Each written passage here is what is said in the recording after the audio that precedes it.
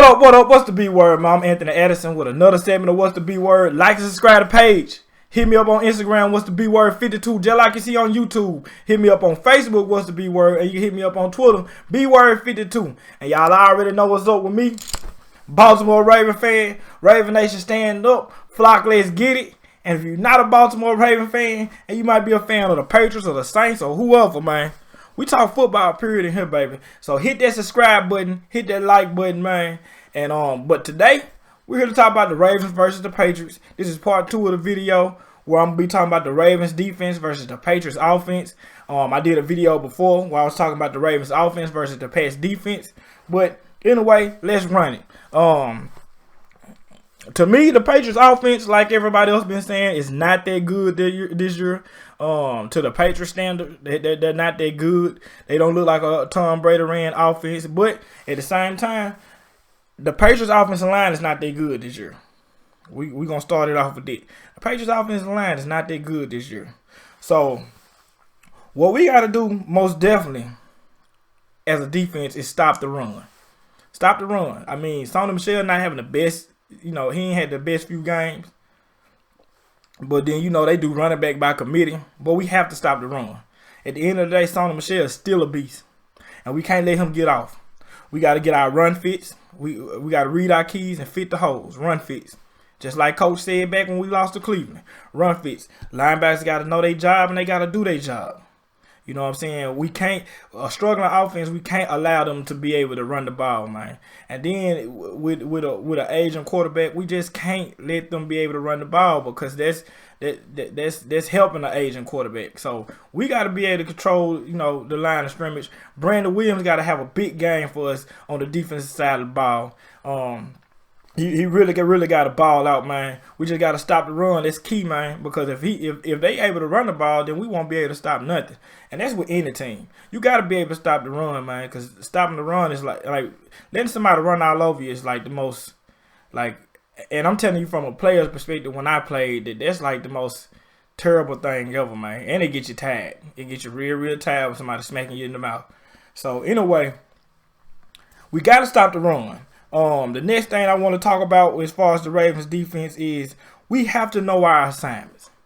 We've been doing pretty good these last few weeks of knowing our assignments and not blowing coverage, but now we're playing against a very, very complex offense as far as they route running and stuff like that.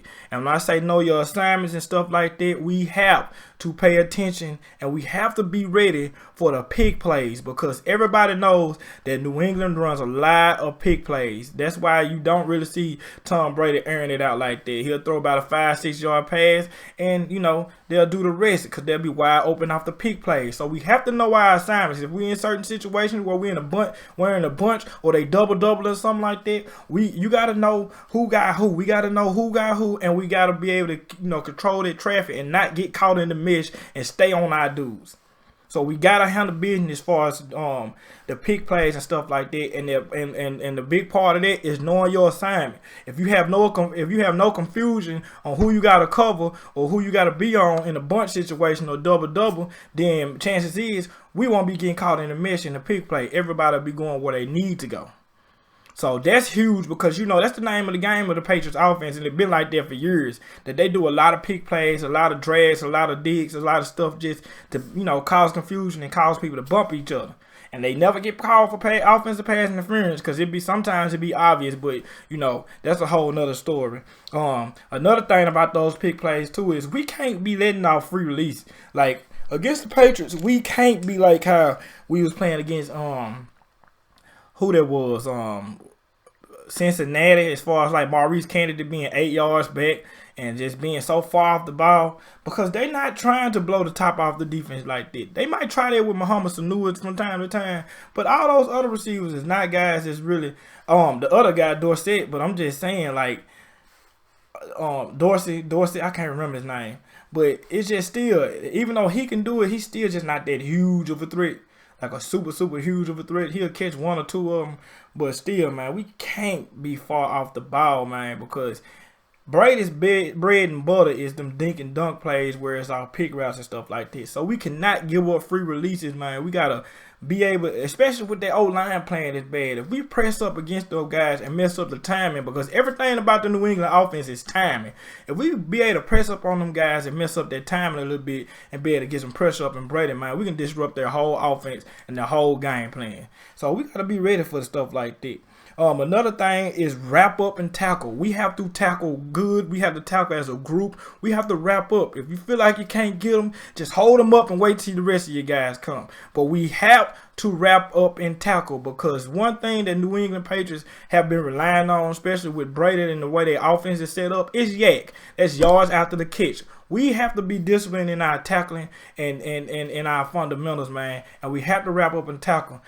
We cannot miss tackles in the open field, because those guys will hurt you if you miss tackles in the open field. And that's just facts. That's how the New England Patriots been operating for years. The Edelman will come up off one of them pick plays and you miss the tackle and he gone. Not gone to the end zone, but he'll be gone. He'll be rolling. He'll eat us some yards quick. So we have to wrap up and tackle, man. We gotta be disciplined, and we gotta be fundamental. We can't be whiffing on tackles. We have to wrap up and tackle. I'm talking about we have to be a very, very strong tackling team, because they rely on yak a lot on that offense. The next thing is, one, we're at home. So since we're at home and we're in Baltimore in the outside,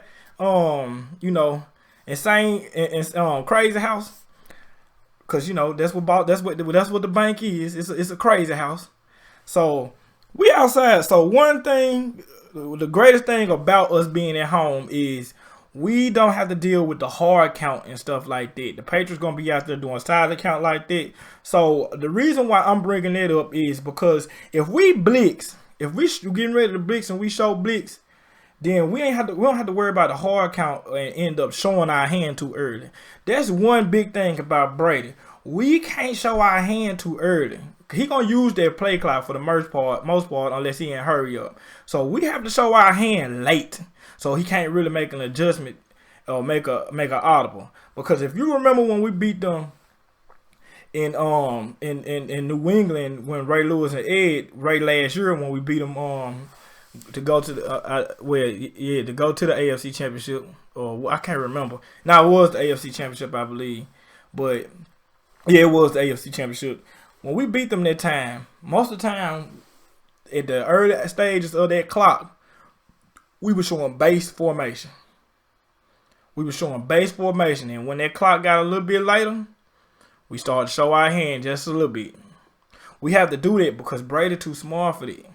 If we show our hand early, if somebody flinch, which I doubt because it's gonna be silent count, but we just can't do stuff like that, because you flinch on a guy like Brady, he gonna, like, you blitz him, he's smart, man. He know his system, and he know what outlet and what hot route he has to do to get that ball out of his hand quick, and for you not to touch him. So we can't be showing our hand too early. Another key thing about this, as far as past offense versus Raven D, is James White versus our linebackers and safeties. This is going to be a huge matchup, man. We have to cover that guy. We cannot let James White have a good game catching this ball, man, because outside of Edelman, that's like his favorite receiver. And the Patriots love to have those running backs that can catch out the backfield. I mean, that's just what they do. So linebackers and safeties have to play a good job on these guys right here. We need LJ, Peanut, and we need Josh to play good. We need Levine and Clark to play good on this guy right here, because I doubt we ain't gonna really have Earl on the guy like that, because we gonna need him doing what he doing on the backside. But they gotta play some good ball, man, as far as covering this guy, because if we can't guard James White, then we're probably gonna lose this game, because he's that important to the offense. I mean, he'll go out there. You remember when they came back on Atlanta, the man caught a lot of passes out the backfield, and that little dinking and dunking and letting him catch a pass out the backfield brought them all the way back. So he's a good player, and we have to play that guy. We have to play that guy good, man. We got to keep him covered. Everybody got to know their assignment, and we got to tackle. It goes back to, it's almost like when it comes to stopping the offense, the Patriots offense, it's all the same stuff. You got to know your assignment, and you got to tackle. You can't miss tackles. The next thing is the same thing I said on the last video. Play clean football. We have to play clean football against New England, because you know, especially when it comes to Brady, we can't be getting caught up on roughing the passer type things. Don't tap his helmet. Please don't tap his helmet. Don't do nothing crazy like that. Let's just get him down. If we can get to him, let's just be careful with the penalties, man. Let's just be careful with the penalties, because we can't give them we can't if we get them in third down, we can't give them a first down on a flag. We can't, on a Bill Belichick team, we can't make mistakes like that, because it's gonna hurt us in the long run. The next thing I'm gonna bring up is pass rush. Now normally, you know, you'll want your pass rush coming from the outside, and you know, your DN's doing the thing. But with a guy like Brady, you know, you remember when I was talking about Russell, we had to squeeze the pocket and kind of trap him due to his height and stuff like that. But a guy like Brady, rushing him on the outside really don't help, because he's so good. His pocket presence is so good, and he steps up and he fires the ball. So what we need is Michael Pierce, and we need Brandon Williams to press up in the middle. We have to put these interior linemen in Brady's lap. We have to. Because one thing about it, Brady's not going to outrun nobody. He's not going to run outside and outrun nobody. He probably never won a foot race in his life. He's that slow. If you don't believe me, go look at the combine video when he out there running the 40 in some khakis. So, press up in the middle. Put them linemen in Brady's lap. Make them frustrated. Get up in his face. We got to get them dirty. That's our way of stopping that offense. And my last thing I want to bring up is Mohamed Sanu. We have to be on Mohamed Sanu, because even though he's not just a superstar, he's still a decent receiver, and he's a better option that Brady has had pretty much the whole season outside that 1 week of Antonio Brown. So he gonna be coming for Sanu. He gonna be targeting Sanu, and Sanu is a deep threat too. When I mentioned the deep threats, I forgot all about him. Mohamed Sanu, we got to cover Sanu. We had to stick to Sanu, but that wasn't the only reason why I brought up Sanu.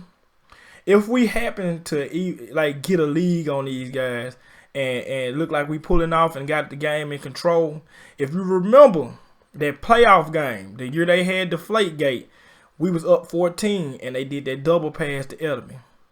Mohamed Sanu is infamous, excuse me, y'all, of doing a double pass. The boy got a cannon. The boy has a cannon.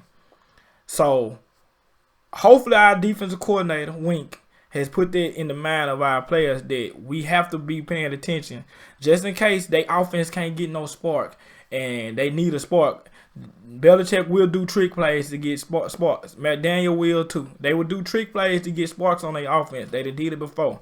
So we have to be watching out for that double pass, because they don't just have Edelman that can do it now. They have Mohamed Sanu to do it right now. So we have to be we got to put that in the back pocket. That's one thing I wish we still had Eric Weddle for, because Eric Weddle would be the one to be like, look, Mohamed Sanu, look, we got to watch that double pass. So anyway, that's about it, man. Like I said, we just got to, stop the run, know our assignment, wrap up and tackle. Watch. Don't show your hand too early on the blitzes. Cover James White. Play clean football. Pass rush up the middle. Look out for Mohamed Sanu, and watch out for the double pass or the trick play, because if we shutting that offense down, they gonna try a trick play, and we gotta be ready for it. Can't fall for it again. But anyway, y'all like and subscribe to the page. I do mailbag questions also. Mailbag is when you inbox me any question about any NFL player or any NFL team, and I turn around and I post a video about it and tell you my honest opinion. College player and college team also. So anyway, like I said, y'all like and subscribe my page. Y'all hit me up on Instagram, what's the B word 52, just like you see on YouTube. You can hit me up on Twitter, B word 52, and Facebook, what's the B word. And like I said on my other video, I just started a thing with the donation thing. If you want to donate to the channel, that'll be cool, man. It only makes the channel grow and help the channel get better. But anyway, I'm finna get up out of here. I'm Anthony Addison. This was the B word. Flock, I love y'all. Hopefully we'll be back with a victory. We need this win. We need to shock the world. Prime time in the bank. Everybody wear their black jerseys because it's blackout Sunday night, baby. So Flock, I'll see y'all next time, and I'm out.